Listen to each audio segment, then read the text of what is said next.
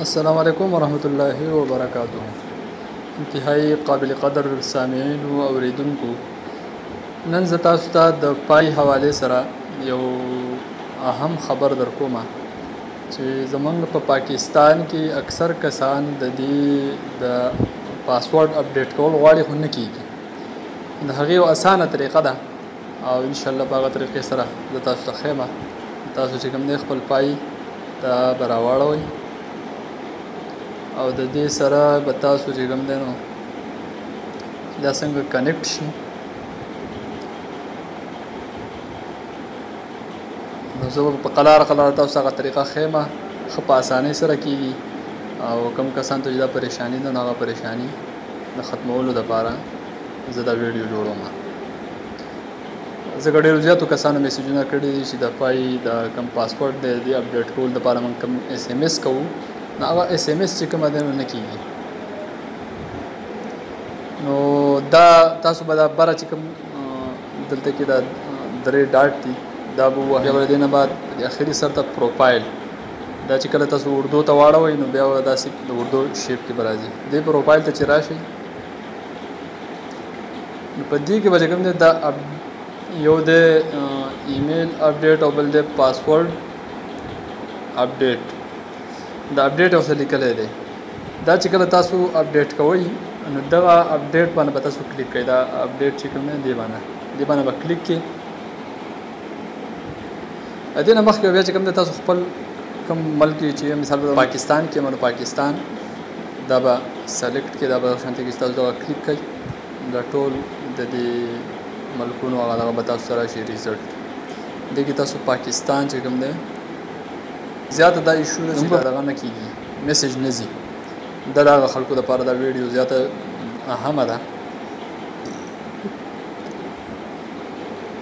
اوس دې کې به بیا تاسو هغه نمبر ورکوئ فون نمبر چې په کوم باندې تاسو دا پای کریټ کړی پای جوړه کړې ده کریټ کړم دا نو په دغه باندې به تاسو چې کوم دی نو هغه فون نمبر به ورکوئ. زه اوس خپل فون نمبر ورکوم.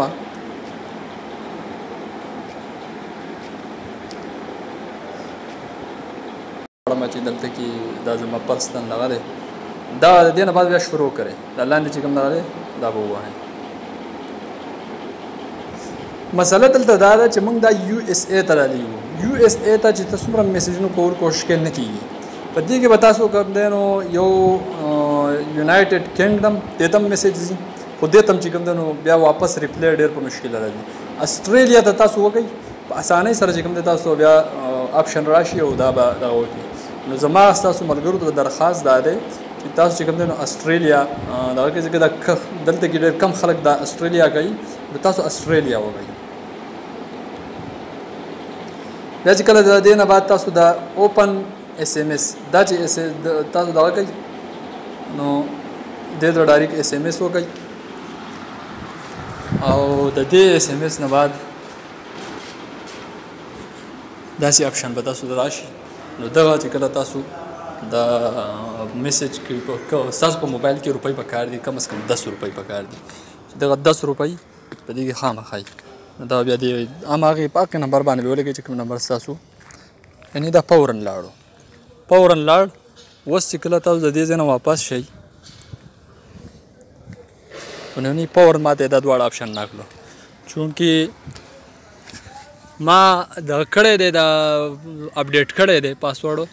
تاسو په خدمت کې مې درخواست دا دی چې دلته کې اولنی یو پاسورډ به ورکړئ خو د پاسورډ طریقه چې کوم دی لیکلو دا ده هغه تاسو ته لیکمه چې اولنی ټکي غټ ولیکه بیا پسې خپل یو نوم ولیکه بیا پسې 1 2 3 ولیکه بیا پسې دا @ ولیکه. نو د په دې طریقه باندې به چې کوم دی ستاسو چې څرنګه وکړئ نو جمع کوئ فورا به اپډیټ شي او د بل چا په دغه کې چې کله ستاسو دغه کولاو شوی وي د بل چا په موبایل کې نو هغه به الریډي ټول به بند شي. بیا چې کله دا تاسو واپس کوئ نو که دا لاګ آوټ شو نو تاسو واپس د فیسبوک په ذریعه باندې لاګ ان چې کوم فیسبوک آی ډي وه په هغه باندې به لاګ ان کوئ او فورا به انشاءالله ستاسو پای چې کوم دی دوباره خپل کار شروع کړي. دا پاکستان کې غټه ایشو ده. د دې وجې نه ما ستاسو دپاره دا ویډیو جوړه کړه چې زموږ د ملګرو دا مسله ختمه شي. ما ویریفای کړی دی اوس مې ویریفای کړ دې وجې نه چې کوم نور په دې پسې مخکې نه ځمه ځکه چې بیا راته دوباره اقدم نشم دغه کولی. شکریہ، جزاک الله.